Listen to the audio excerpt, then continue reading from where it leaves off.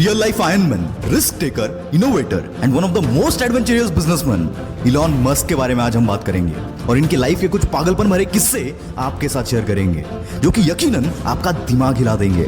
बस आखिरी लाइन तक सुनना, एक भी सेकंड आपका वेस्ट नहीं जाएगा। So let's start with the journey of world famous business personality Elon Musk. किसी भी नॉर्मल इंसान को कंप्यूटर प्रोग्रामिंग सीखने के लिए 6 महीने लगते हैं, पर इस बंदे में बचपन से ही कुछ खास बात थी। 9 साल की उम्र में जब इलॉन मस्क को अपना पहला कंप्यूटर मिला, उस वक्त कंप्यूटर के साथ प्रोग्रामिंग की एक बुक भी साथ में मिली थी और इस 9 साल के बच्चे ने बिना सोए 3 दिन में ही इस बुक को खत्म कर दिया और इस प्रोग्रामिंग नॉलेज को यूज करके 12 साल की उम्र में एक कॉम्पिटिटिव गेम डिजाइन करके एक वीडियो गेम कंपनी को बेच भी दिया। ऐसे ही कुछ अजीबोगरीब किस्सों से भरा है इलॉन मस्क का बचपन। कहते हैं इलॉन मस्क के पास फोटोग्राफिक मेमोरी है, यानी कि जो भी चीज वो एक बार देख ले उन्हें याद हो जाती है। कॉलेज खत्म होने के बाद 1994 में अपने भाई के साथ मिलकर इलॉन मस्क ने अपना पहला स्टार्टअप Zip2 लॉन्च कर दिया। Zip2 से लेकर SpaceX, टेस्ला और OpenAI तक जितने भी स्टार्टअप इलॉन मस्क ने स्टार्ट किए, उन हर एक में इनोवेशन इस बंदे का प्राइमरी और सबसे स्ट्रॉन्ग पिलर था। Zip2 में वो अलग अलग बिजनेसेस के मैप्स और उनकी इंफॉर्मेशन Zip2 के वेबसाइट पर प्रोवाइड करते थे, जिससे बिजनेस ओनर्स को नेटवर्किंग में हेल्प मिलती थी। और इलॉन का ये बिजनेस चला।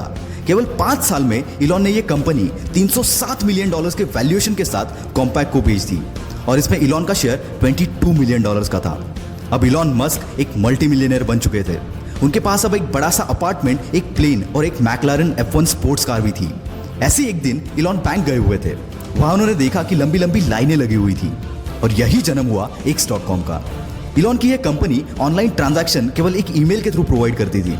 शुरुआत में तो लोग भरोसा करने के लिए कतराते थे, पर बाद में रैपिडली इनकी अच्छी खासी ग्रोथ हुई और आगे चलकर X.com पेपाल बनी। 2002 में eBay ने पेपाल को $1.5 बिलियन के वैल्यूएशन के साथ खरीद लिया। इसमें इलॉन मस्क सबसे हाईएस्ट यानी कि 11.7% के स्टेक होल्डर थे। उसके बदले उन्हें $165 मिलियन मिले और पेपाल के इसी डील के बाद जन्म हुआ पेपाल माफिया का। मतलब ये कि इसमें जितने भी शेयर होल्डर्स थे, उन्होंने पेपाल बेचने के बाद खुद की बड़ी बड़ी कंपनीज बनाई, जिसमें यूट्यूब, लिंक्डइन, SpaceX, टेस्ला, कीवा जैसे बड़े बड़े ब्रांड शामिल है।